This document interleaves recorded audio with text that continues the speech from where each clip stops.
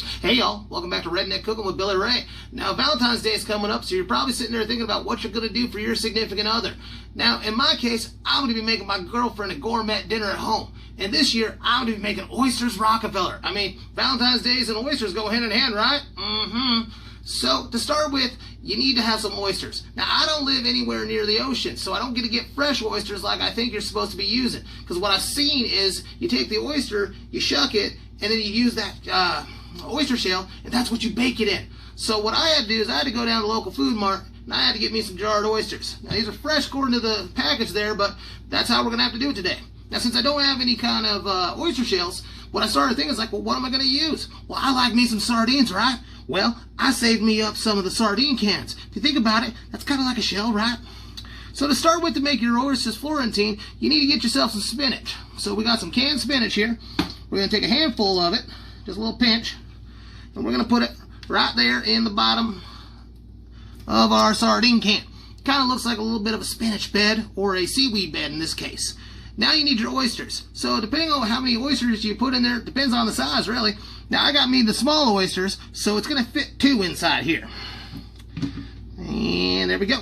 So now we got 2 little oysters on a seaweed bed.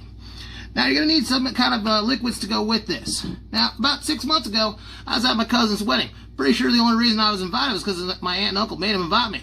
But they had this bar, right? And when the bartender wasn't looking, I grabbed me some champagne. So we're going to take this champagne, we're going to pop her open, and then we're going to put a little bit of champagne right on top, whoop, bubbly, right on top of the oysters. And that gives us some kind of liquid for when we make this.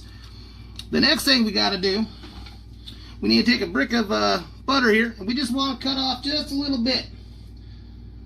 Get yourself, you gotta see what I'm doing here, just a little bit of butter. Gonna put it on top.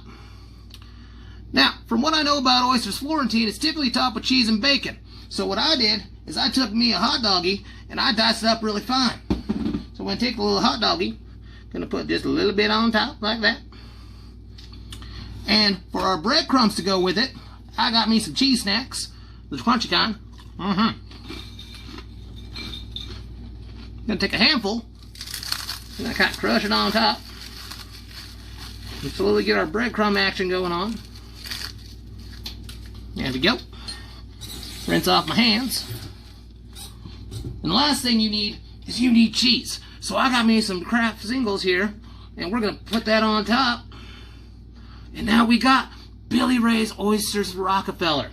So you take these things, you want to put it on a cookie sheet. We're going to go throw it in the oven at 425 degrees for about 8 to 10 minutes.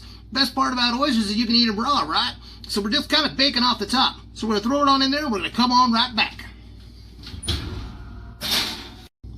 Now the Oysters Rockefeller done cooked up. As you can see, you got yourself one glorious dish. Now if you just serve it with like this, you got one little portion here, that's an appetizer. Or you can make a secondary one, and now you got an entree. But I'm going to tell you right now, this is one of the better little oyster dishes you can get yourself your hands on.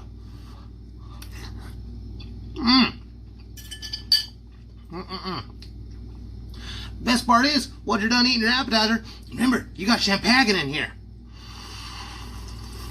It's going to be a good Valentine's Day. That's Billy Ray signing off. Remember, you don't got to be fancy to be gourmet.